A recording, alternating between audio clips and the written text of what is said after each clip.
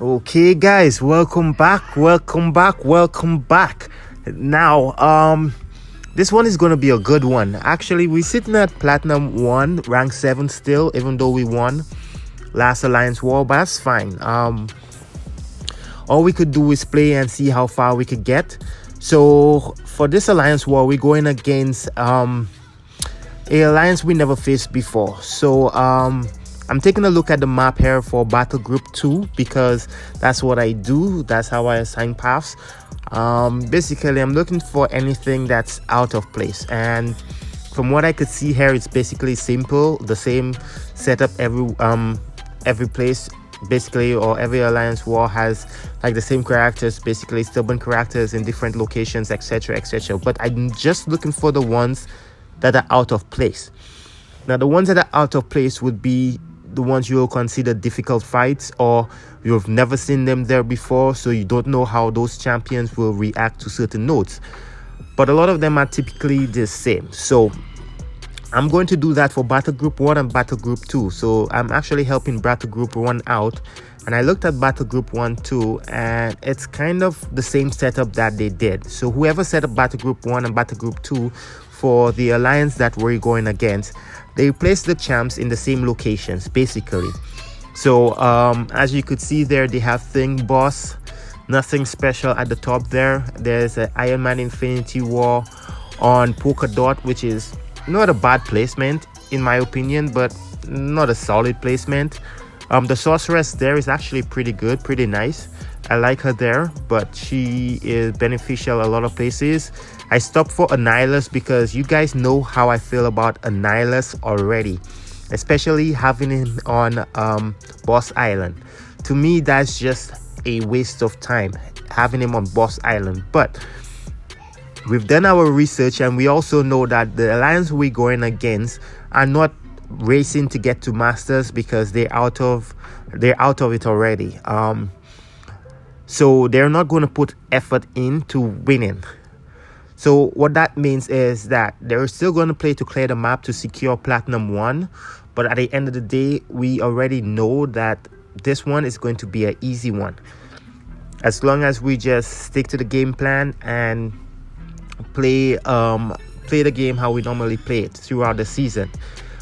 So currently, the only reason I'm taking lane 1 because of that Dr. Voodoo. Now, I'm just going to check out the other maps and the other battle groups to see how everyone is doing, because Battle Group 1 moved before us because I did set their battle group up before I set up my battle group, and my battle group already knows basically how we move or how we handle situations basically.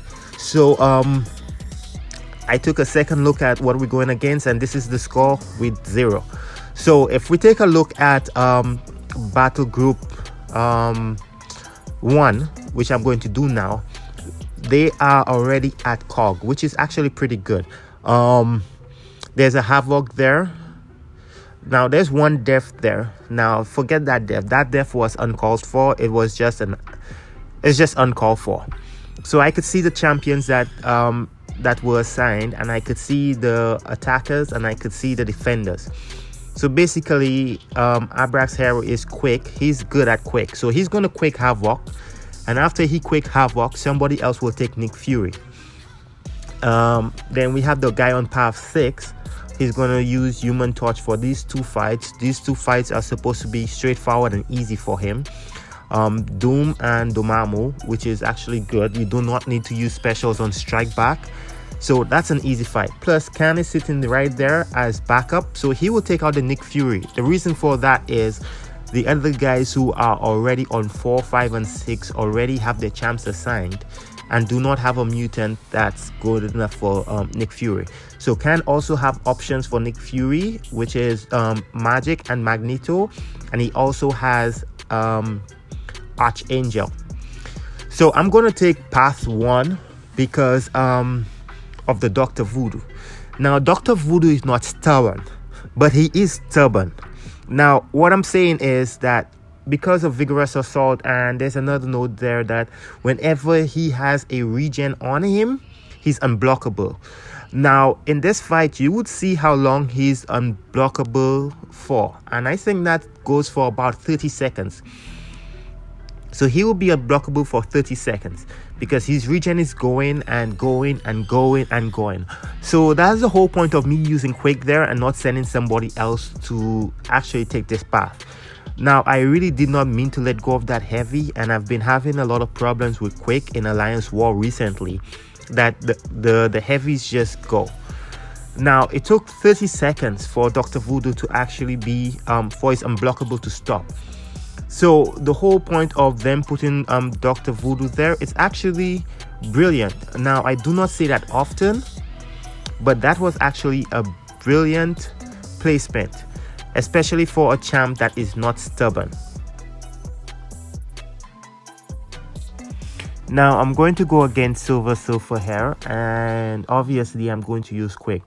Now I'm looking at the Maso there, and it's not really a problem for me. The only problem that you would expect with Quick versus Silver is his double medium. But apart from that, it's a simple fight, it's a quick fight, and it is what it is. So be mindful. I'm just going to speed forward through this one. I did get hit, but I think I got hit once, and that was because of a heavy.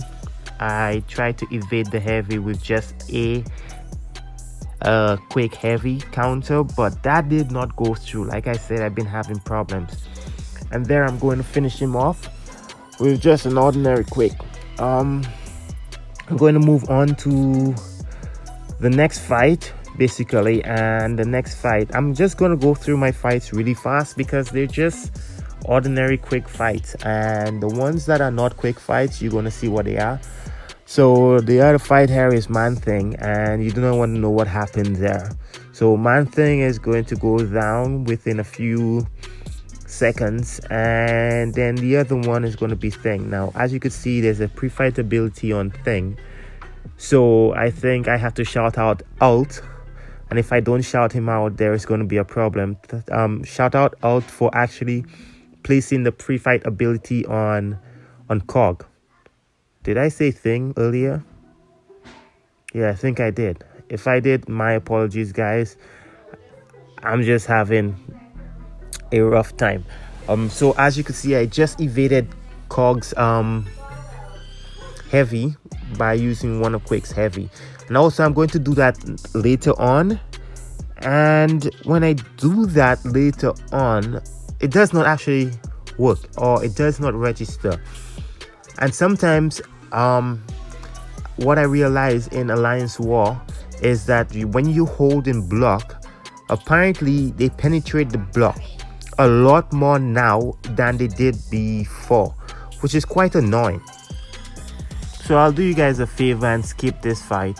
But what you do have to understand is the pre-fight ability was also set on Cog, which means that whenever Quick parries him, he actually gets stunned for 0.5 seconds. Yeah. So moving on, so we already won this war, hands down. We already won this war. So the next fight I'm going to take is actually Footloose. Now this isn't my fight.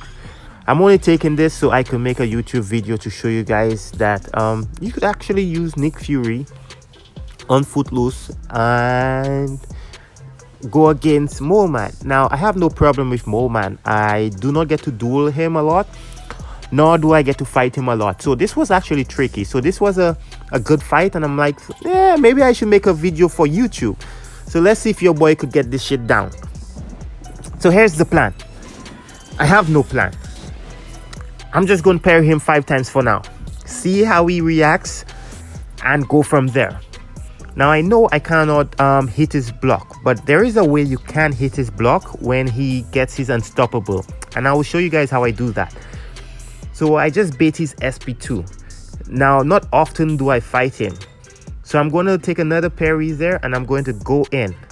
I'm being a ninja right here. Now you see I went into his block for the unblockable, and I had enough time to evade. Now I could do that every single time that I fight this guy, and a lot of people do not know how to do it, or a lot of people don't take that risk, but I do it. Now I'm just going to bait out his SP2. Now when someone does not throw the SP2, it's always good to throw a light attack of your own, like I just did there.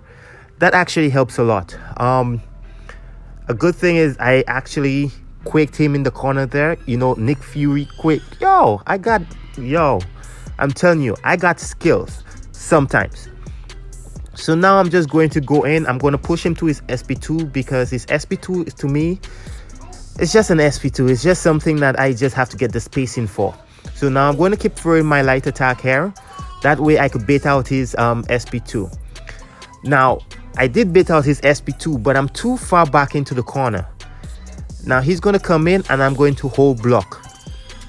And although I'm holding block, it goes straight through my block. Now I do not know if Moleman SP2 is actually unblockable, but it went straight through my block. And like I said, it's been happening a lot where I hold block, but the champ is still getting through, penetrating.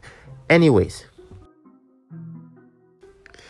I'm losing health now, and I gotta play it safe. Now, to me, this is not a bad idea for me to go in with Nick Fury because I think I could do it. I'm going to go into his block, or I'm going to hold parry there, yep, and then drop my SP1. Now I'm going to bait out his SP2 again, and then wait for his unstoppable to expire and his evade. It did. Parry, and it seems like I'm in control of this fight. And man, look at that bleed work. Your boy got this shit. I'm telling you, I'm feeling like a king right now. He's on 9%, 7%. Come on, go down 4%. Okay, never mind. Anyways, I just went back in with Captain America Infinity War and just gave a heavy. I don't know what just happened there. Anyways, like I said, do not try this during the season. We're totally in control of this match. We're already, let's just basically say we won this match already. So that's the only reason I actually did that. We actually had an AA there for him, and it is what it is. I'm having a bit of fun here. So I took Captain Infinity War because most of the time of that fight I'll be unblockable, and I guess I finished it off with an SP2. Now the next fight I'm going to take is obviously one of my favorite fights, is Quick versus Havoc, because I've taken that fight there a million times during the season. And I'm thinking here, I did lose my Quick to Cog, and then I had to have Notch finish Cog off because he had his doom. Cog was at about 3% or something of the sort, and Quick did not evade his heavy. Now I did not fully heal Quick because, like I've said, we won this war. So I'm confident enough that, like, what the hell, the heavy just went off again on its own, and I totally did not do that on purpose. Now I know there's been a problem with Quick and the game lagging a bit, but that's not the point. At the end of the day, it happens. As long as you're aware and you're in control of the situation, then there shouldn't be an issue later on. So what I'm basically going to do is Quick Havoc and push Havoc to an SP2. It's a simple fight. You just want to push him to his SP2. You can push him to SP1, but there's no point.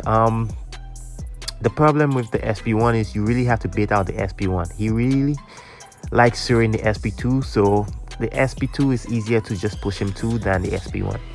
So anyways, I'm just gonna finish him off, but I got something exciting for you guys today. Now, you've seen my matches and they're nothing spectacular, they're nothing insane, they're just ordinary fights. Now this fight you're gonna see here is the best solution for Void. Like I've said a million times, the best solution for Void when he's on Ebb and Flow Intercept is Captain America Infinity War. Now, Captain America Infinity War right now is at 170, probably 171, 172. At the end of the day, to me, it's just 170. Now my cap is rank 2. I am going to take him to rank 3 as soon as I for my science. But until then, I'm just going to enjoy my rank 2. Now, don't ask me why my battery is low again, but it's low. Now, I'm going to parry his special attacks. Now, the reason I'm doing that is so I could build up my charges. Once your charges is built up, the debuffs will not stick on you. Now, I do have like a 90% chance that the debuffs does not stick on me. But what happens is every time you throw a special, he loses his charges, which means you have to go back to getting those parries in. Now, I do not have any charge right there, so that's why a armor break debuff is on me, so I'll lose a bit of health, but I will solo this fight. But I want you to take a look at this guy here. Now, this guy is in battle group 1. His name is S3D. Now, if you're looking for a guy who is skilled as a player, this is a guy to look at. Now, this is the first time I'm watching him play, and this guy is going to rock the same champs with me, and he's going to take the same fights that I took. Like I mentioned before, they had the same setup, so it was easy for me to just assign the paths. Assign the paths to similar champs basically. Now, he's going to do the same thing, but as you could see, his Captain America is actually rank 3. So he is in control of this fight. Now, Captain America is putting in work. So shout out to S3D for actually soloing this fight. Now, he does have a debuff on him, and that's always because when Captain Infinity War launches that SP2, he loses his charges. Now, so you gotta be aware of that and make sure that you could still get your 10 in like he just did there. So he's gonna solo this fight, and this is an epic fight. This is a lovely fight, and I'm quite impressed with it. He's gonna bait out that SP2, but I want you guys to take a look at this. He goes in for an SP2 here, and watch this. Wow. Now that was sweet. 104k on Void took out half of Void's health. Now, Void was only at 43%, but just consider that at half. Now, moving along, if you thought that was not impressive, I want you to take a look at what he did here on Emma Frost. Now, we know Emma Frost is on Rage, and you're thinking, but why is he using Captain Infinity War on a Rage node? Because Emma will build up those 5 Furies and will be unblockable for a long period of time. Now, Captain America War needs a cosmic champ to armor break her, but he does not have a cosmic champ. But what he does have is a pair of balls. So basically, right now you could see Emma Frost is unblockable. Now, that's even before she even reaches 50%, and this guy is still going in. This guy is countering, this guy is evading all her specials and soloed that witch. Now look at this. This is in slow-mo. He goes in, he causes damage here. He will go for a cheeky intercept here. Now that's solid. She's unblockable. So he's gonna watch his spacing, launches that special too, and then he's gonna dex so she could launch her SP1, because you know she always does. He's going to evade that SP1, which is fine. Remember, inverted controls. He gets back in, he launches and watches that special attack is almost there, then goes back in for another cheeky intercept, and then launches his special one. I mean, this is ballsy right there. And look at his health. He did get hit earlier on, but this is solid gameplay from S3D. Now, if you didn't find that impressive, the same guy went in and he took another fight with Captain Infinity War, and this time he went against Apocalypse. Now, this guy is on a roll. This guy is on a mission. I have no idea where this guy came from, but if you're looking for a solid player, this guy is a solid player. And note well, this is the first time he's actually using Captain America Infinity War in Alliance War. Now, he's quite impressed with Captain Infinity War, and he's in love with him, and he's thinking, man, I should bring him more often. And what I'm going to tell you guys is, yes, A lot of guys forgot how good Captain Infinity War is, so I'm going to remind you here.